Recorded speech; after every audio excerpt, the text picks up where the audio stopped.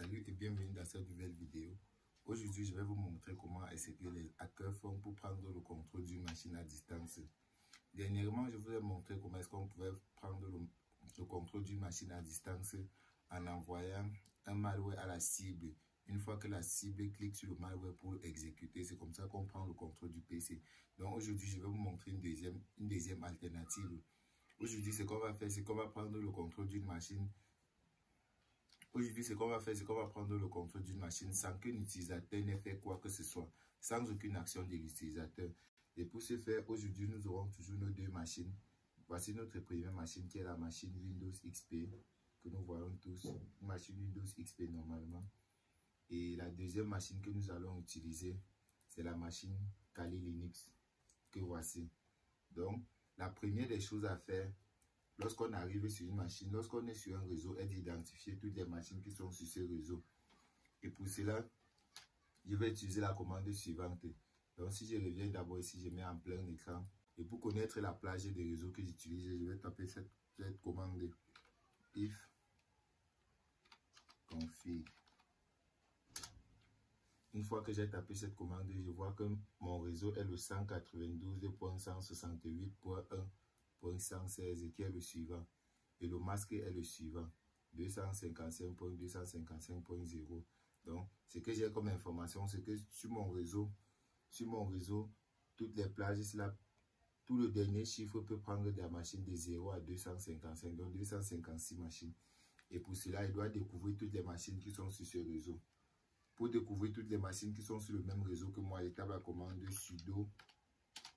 sudo net discover.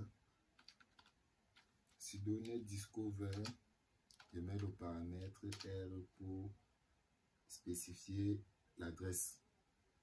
Donc nous avons ici 192.168.1.0/24. 0/24, donc 0/24 c'est pour avoir la plage totale. 0/24 c'est pour avoir la plage, toutes les machines qui sont sur le réseau. Donc je vais lancer cette commande. Voici, je mets mon mot de passe.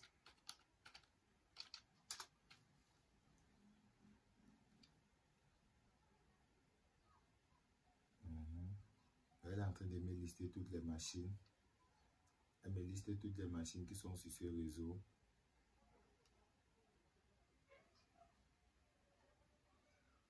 Donc nous avons ici là d'abord la première machine, nous avons la deuxième, nous avons, et ici là, Sony Corporation, oui, ici on parvient à avoir une adresse MAC. Donc ici là, qu'est-ce que nous avons? Si on fait CTRL-C, voici toutes les machines que nous avons sur le réseau. Comment identifier celle qui est notre cible? Donc ici là, premièrement, 1000 KITech. Ici là, c'est l'adresse de mon routeur. Donc ce n'est pas ma machine cible. Ma machine, c'est la machine XP qui est connectée sur le réseau. Ici là, PC système technique, machin, je ne crois pas que ce soit ça. Et ici là, j'ai 192.168.1.3. Donc ce que je vais faire, ici là, c'est que pour ma machine XP, ça doit être l'une des deux machines suivantes. Et pour connaître laquelle c'est vraiment, je dois utiliser une autre commande avec Nmap pour identifier quels sont les services ouverts sur ces machines et quels sont les systèmes d'exploitation. Pour cela, je dois taper sudo Nmap ss, le paramètre ss pour SYN. Donc pour envoyer les paquets, pour ne pas envoyer les paquets plusieurs fois, le paquet SV pour la version. Nous avons sur le paramètre O. Le paramètre O pour le système. Pour le système d'exploitation. Donc Operating System, nous avons aussi le paramètre. Nous allons aussi mettre le paramètre T4 pour que ça envoie 4 paquets, donc pour que ce soit rapide. Et nous aurons aussi enfin le paramètre PN que j'aime aussi beaucoup. Et nous allons mettre quel réseau? Nous avons celui-ci. Et nous avons également celui-ci. Et voici nos deux machines qui sont susceptibles d'être nos machines cibles, qui sont les machines XP. On fait quoi ici? If you really want to be named source, c'est quoi? T4, bon.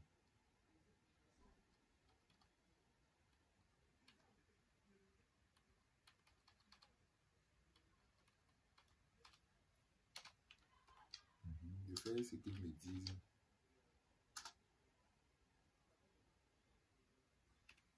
Non. Je dois juste retirer le paramètre T4.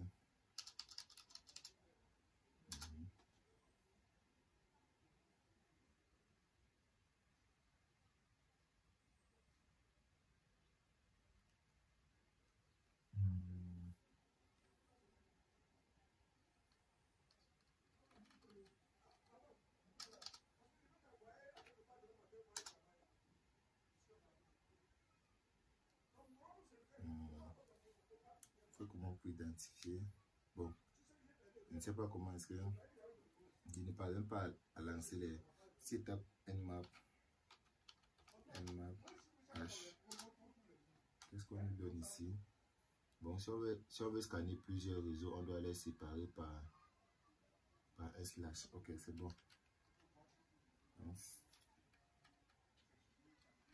Donc, si on veut programmer plusieurs réseaux, on doit les séparer par un slash.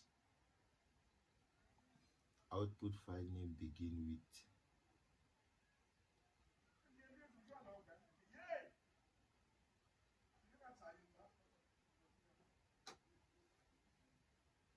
Je ne comprends pas. Le souci peut être à quel niveau? Vous savez, c'est ça le hacking. C'est ça le hacking.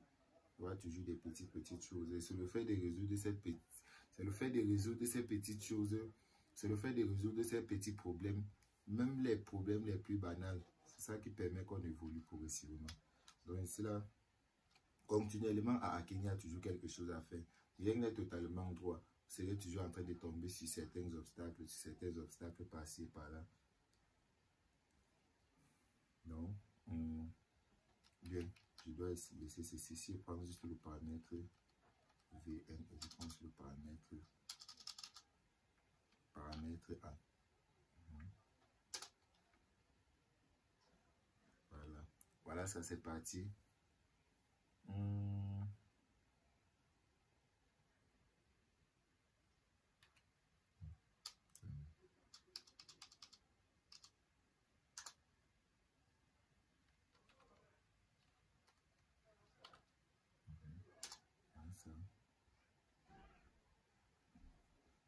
Donc voici ça, on a lancé déjà avec nmap.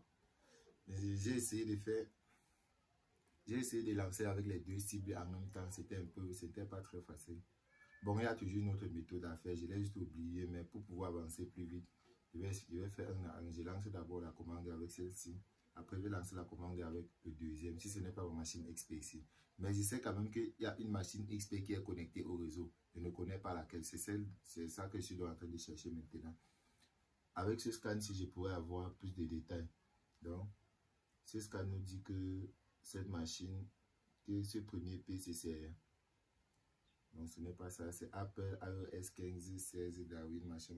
Donc, nom du téléphone, iPhone. Donc, ce n'est pas celui-là. Je dois réessayer la deuxième adresse qui était 184. 184. Donc, puisque j'avais deux machines qui étaient susceptibles d'être l'une de mes machines XP. La première machine n'est pas la machine, c'est mon iPhone. Et la deuxième machine, c'est l'IPC. Là, je vais aussi vérifier pour voir quelle c'est.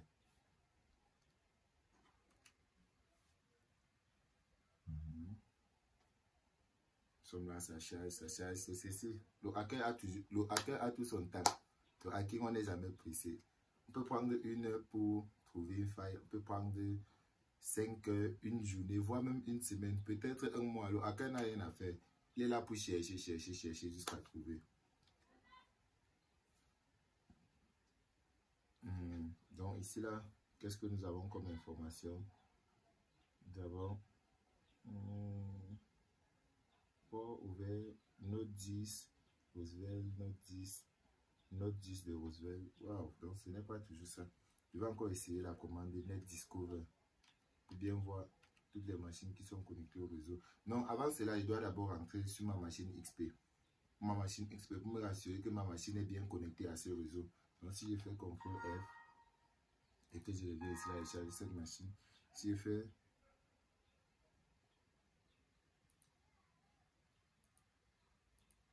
donc si je reviens sur cette machine, je fais Windows R, je tape CMD. Je mets d'abord en grand écran pour que vous voyez bien ce que je suis en train de faire.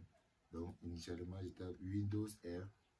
Pour entrer dans les vitesses, tape maintenant CMD. Maintenant if config. Non, c'est ipconfig plutôt. If config c'est sur Linux, ipconfig sur Windows. Nous avons ici là 192.168.1.108. 192.168.1.108. Mais là c'est déjà ici là on a quand même ici là c'est déjà un en fait la commande avec NetDiscover ne m'a pas permis de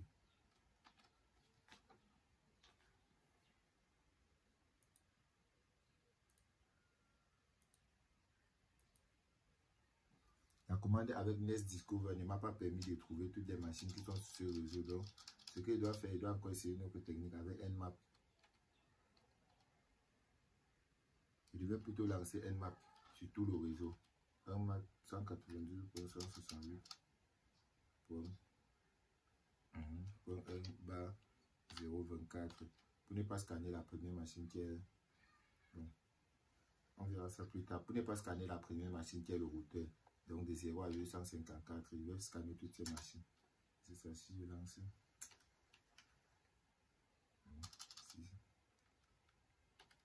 24, c'est bon.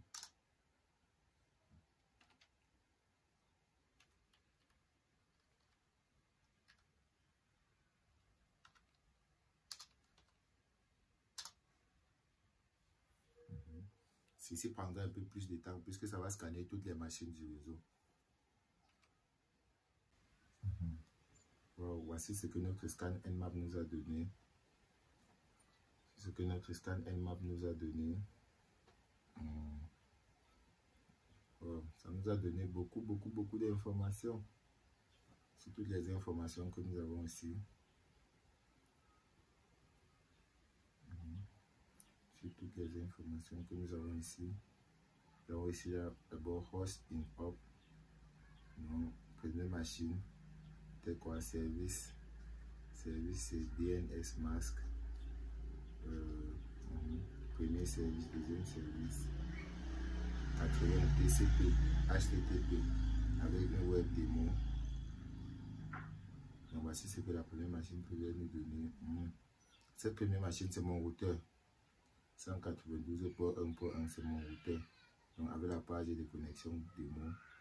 Oui.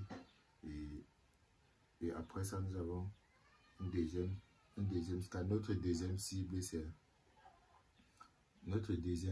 c'est 103 qui est Apple iOS iPhone.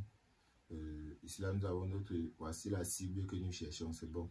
Donc 192.168.1.108 exactement, c'est la cible que nous recherchons. Donc si nous revenons ici là, nous avons quoi? Nous avons Windows XP. C'est bon, ça tombe bien. Parce que nous savions que nous avons une machine Windows XP qui est connectée au réseau, mais nous ne savons pas à quelle position c'est tout. Maintenant, on a pu avoir son adresse IP qui est sur le réseau. Nous avons essayé de la pinguer. En fait, si elle a pu répondre au scan Nmap, c'est que le ping marchera forcément. Donc, ce qu'il doit faire, c'est que je reviens ici là. Nous voyons quels sont les services qui sont ouverts sur. Attendez. Un scan plus profond sur la machine, c'était 108.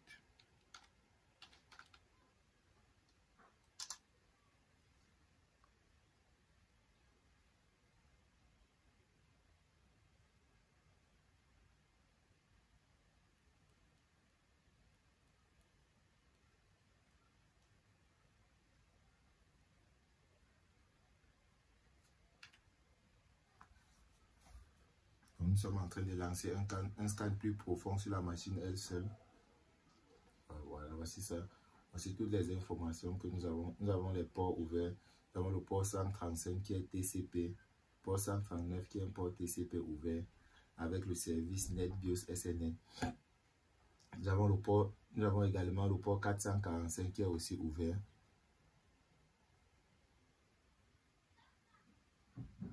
Mmh. 445 qui est aussi ouvert avec comme service Microsoft DS, Windows XP, Microsoft DS. Ça tombe bien. Donc, ici, là, voici les services que nous avons actuellement qui sont ouverts sur cette machine. Voici tous les services qui sont actuellement ouverts sur cette machine. Donc, parmi ces services, nous allons chercher ceux qui sont vulnérables. Et pour trouver la vulnérabilité d'une machine, je vais revenir ici, là, je vais taper Google Chrome. Je pars dans mon Google Chrome. Je pars dans mon Google Chrome, je sélectionne la version et je tape CVE pour trouver la faille qui est et comment l'utiliser et comment l'exploiter. Google d'abord.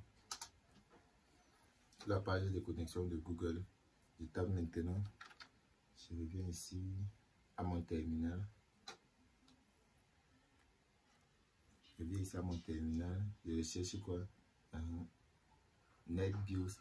C'était quoi? Windows RPC. Je copie ceci. Je reviens dans mon navigateur. Je tape ceci.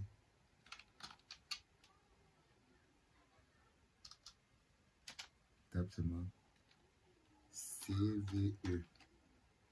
C'est bon. Je relance.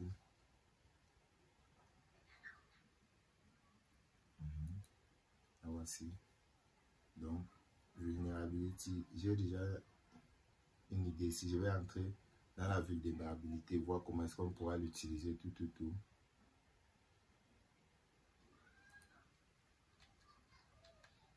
Donc, qu'est-ce qu'on a ici sur la vulnérabilité? On a bien une vulnérabilité ici là concernant Windows. Alors, dans la description.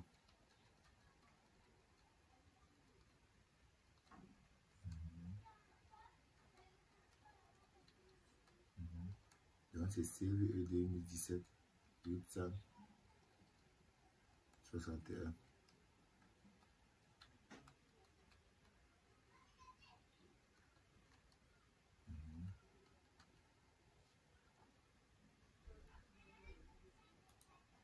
Nous allons entrer un peu plus en profondeur pour voir comment est-ce que la vulnérabilité, donc les services qui sont actuellement sur cette machine, nous allons voir comment est-ce que nous pouvons exploiter ceux qui ne sont pas à jour, donc ceux qui sont bien évidemment vulnérables.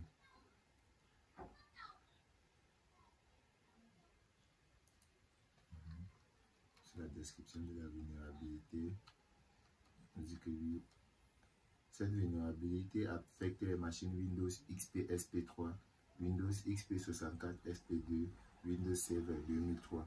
Donc, voici les vulnérabilités voici les machines qui affectent cette vulnérabilité. Et si nous revenons ici là, nous cherchons encore bien, nous voyons que notre machine c'est bien une machine quoi, info Windows XP, Windows XP, plus de détails encore. NetBIOS, SMB, host, Windows XP, Windows 2000, LAN Manager, Windows. Voilà, voici ça. OS, Windows SP3. Donc voici bien, notre système c'est Windows SP3. Bon, il a dit ici, là, il a essayé d'imaginer, ça peut être une XP, SP2 ou SP3. Donc nous voyons bien ici là que SP2 et SP3 sont bien vulnérables à cette attaque. Sont bien vulnérables sur cette... peuvent bien utiliser sont bien vulnérables à cette attaque. Donc, ici là on voit comment est-ce qu'on utilise la vulnérabilité. Référence.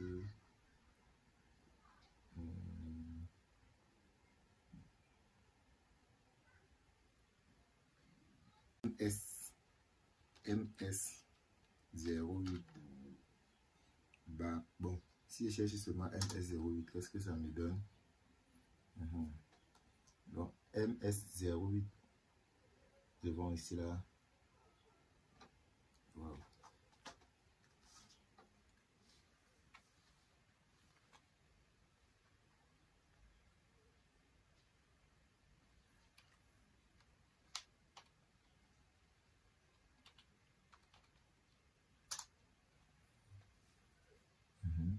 Donc, vous voyez ici, via étape ici là, MS08, nous avons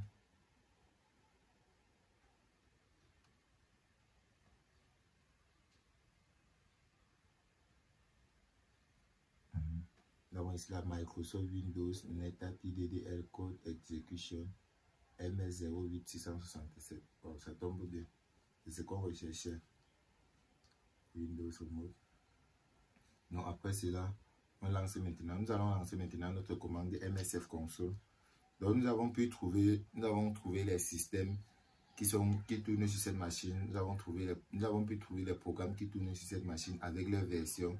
Et après la version, on a pu trouver celles qui sont vulnérables. Après la vulnérabilité, nous allons maintenant utiliser la vulnérabilité pour lancer l'attaque. Pour ce faire, il doit d'abord lancer MSF Console.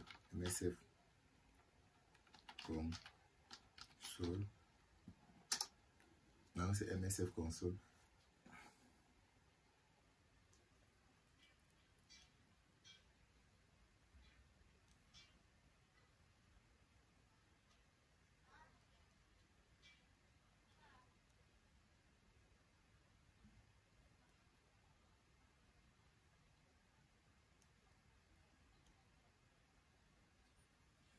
Vous savez, ça prend toujours un peu de temps pour charger.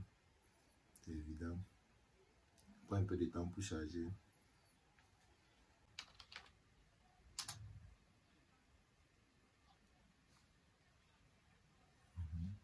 Une fois que nous avons, voici MSF Console qui s'est ouvert. Une fois que notre MSF Console s'est ouvert, ce qu'on doit faire, c'est qu'on doit rechercher l'exploit dans MSF Console même. Donc, là, nous avons search MS08.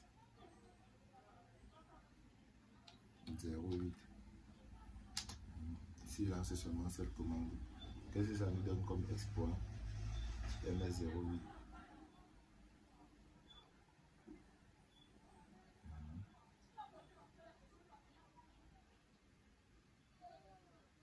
Voilà. MS08 NetAPI. C'est celle-ci que nous cherchons. Vulnérable. On dira 2008 rang yes. Donc, elle a l'air de fonctionner. Nous allons taper ici la use 0.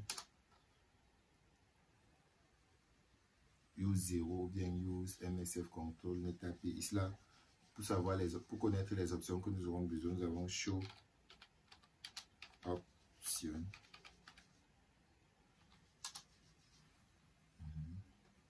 Error host, donc set error host.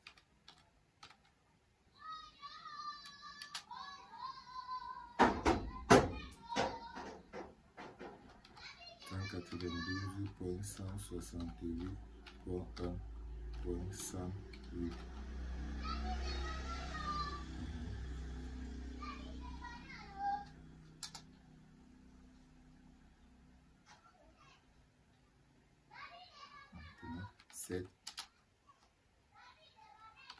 error port. Allons prendre le 4 pour l'écouter. Dans le service port SMB. Revenons voir ici là. On dit que le service port du SMB doit être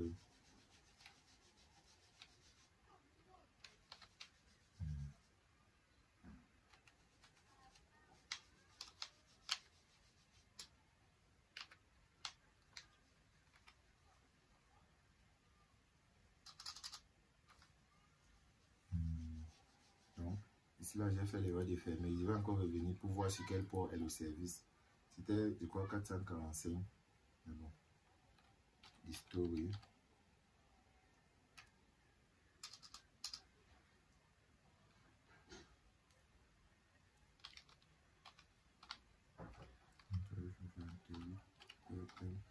.168.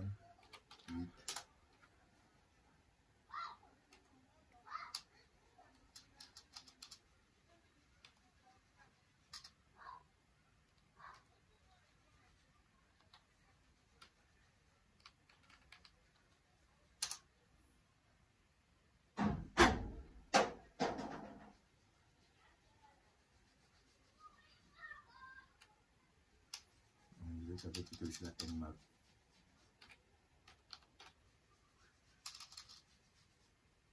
Nmap.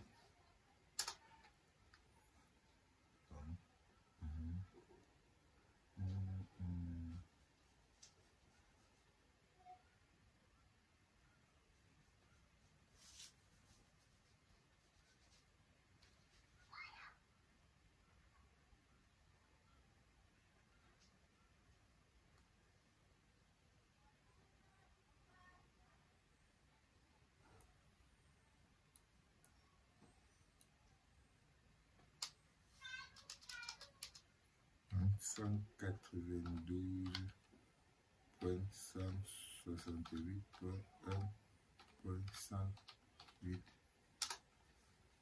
Je suis en train de monter, je suis en train de voir. Ouais, c'est encore une vidéo là.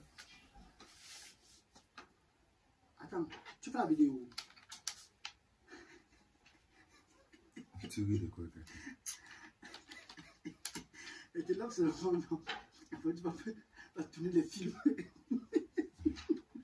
Tu es en train de lave dans ma vidéo, père.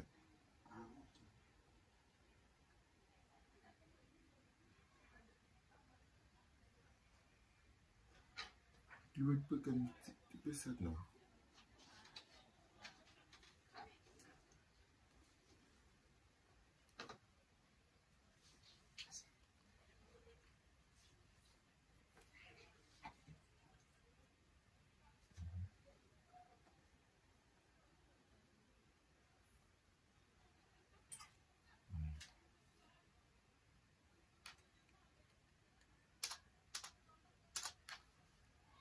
Ici, là, si je tape encore sur options, je vois toutes les options que j'ai.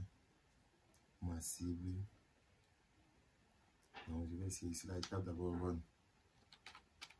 Pour lancer le sport. Que ça charge.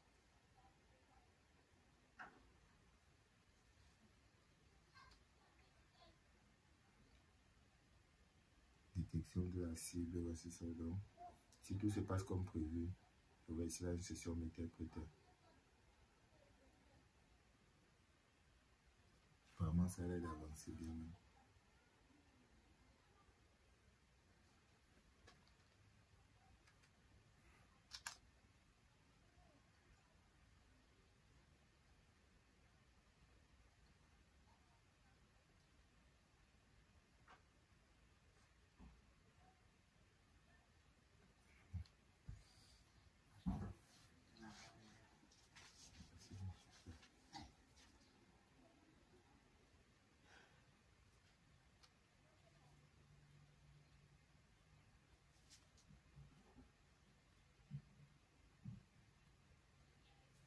Vous voyez ici, on a pu avoir une session interprétée. Ça veut dire que on a pu avoir le premier accès à la cible. Pour voir quelle cible est-ce que j'ai pu avoir, pour voir à quelle cible j'ai pu accéder, je peux taper ici la get UID pour avoir les informations sur la cible. Server username, enter authority system. Authority system, ça veut dire que ça a pris la machine avec tous les privilèges. Je pense là. Depuis ici, là, get info. Si tu tapes ici là, get info, tu vas d'abord help pour avoir toutes les commandes possibles dans l'interpréteur. Si ici là, je tape 6 info, bon, 6 info pour avoir les informations sur ma cible. Ici là, nous avons bien notre cible, c'est une machine Windows XP avec l'architecture x86, langage anglais, domaine, tout, nous voici. Donc je peux essayer de lever les privilèges sur la machine en tapant get system.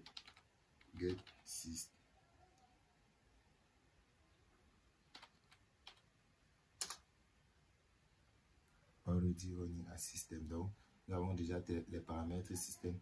Et avec les paramètres système, on peut presque tout faire sur la machine. Donc même pas presque tout faire. On peut faire tout ce que l'utilisateur étant assis sur sa machine peut faire à distance. Donc, c'est-à-dire ouvrir les programmes, fermer les programmes, télécharger ou bien téléverser les photos, vidéos, démarrer la machine. On peut absolument faire tout ce que l'utilisateur pourrait faire s'il était là. Donc je vais essayer de télécharger un simple fichier, un fichier texte à partir de la cible. Donc si je tape ici la shell, ici là voici notre session shell qu'on a pu avoir sur la cible. Si je tape dir, si je tape peut-être color A, color A, si je tape dir S.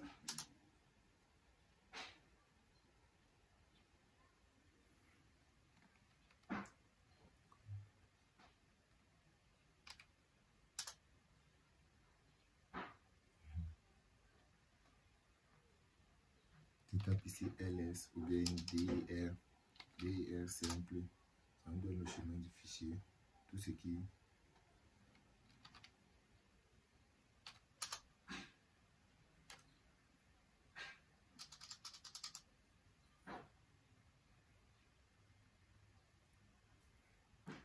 CTRL F.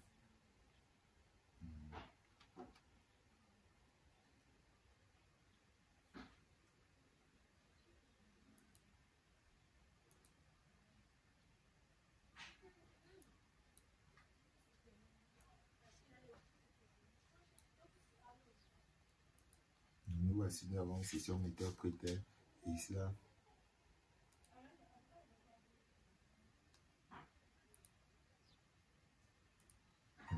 voici notre machine Windows 10 et voici notre machine Kali Linux. Donc si je reviens ici, je vais voir peut-être les programmes qui sont ouverts sur l'autre machine. Je peux taper si je tape ici encore la commande shell, je vais avoir et ici là nous avons pu avoir une commande shell cmd sur la cible. Donc je peux taper ici la task list pour voir tous les programmes qui sont en train de s'exécuter sur la machine. Donc voici tous les programmes qui sont actuellement en train de s'exécuter sur la machine. Nous avons Explorer, AMD. Et maintenant, si je veux peut-être migrer, vers un service de la machine, un service système. Peut-être ici là nous avons quel ici là service.exe. Donc je peux juste taper migrate service.exe.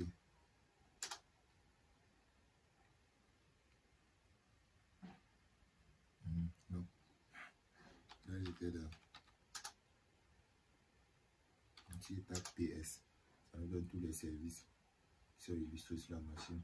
En fait, presque tous les services ont des administrateurs système. Donc, si je tape ici la système, donc je peux migrer vers. Si je tape d'abord LF,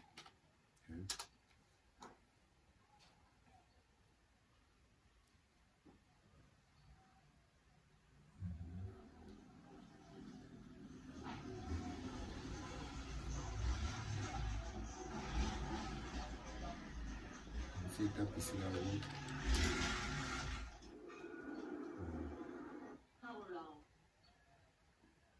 C'est ça, ça nous donne tout le chemin que parcourt une information. 192.1 c'est le routeur, 127 c'est l'IP local, le serveur local de la machine. Là c'est l'IP de la machine. Pour revenir encore au serveur, prendre tout le dos. Voici ça, IPv8. Ou bien ce que je peux encore faire, si je veux peut-être voir tous les mots de passe de la machine qui sont dans la machine, je peux essayer la commande peut-être hdom.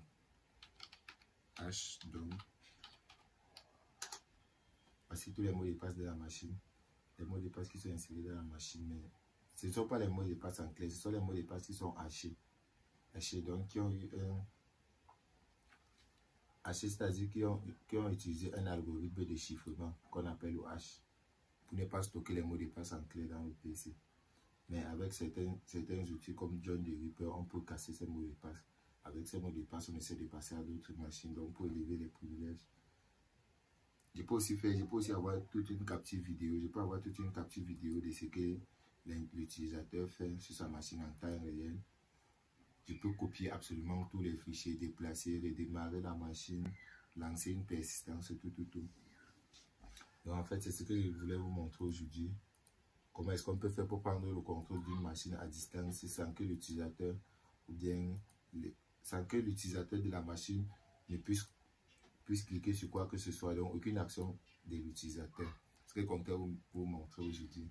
Donc dans les prochaines vidéos, je vais vous montrer comment est-ce que, ici là nous étions sur une machine vulnérable, une machine Windows XP qui a été spécialement conçue pour les tests d'intrusion. Donc prochainement, nous allons montrer comment est-ce qu'on peut élever le niveau en passant aux machines 8, Windows 8 ou bien aux machines Windows 10. Merci.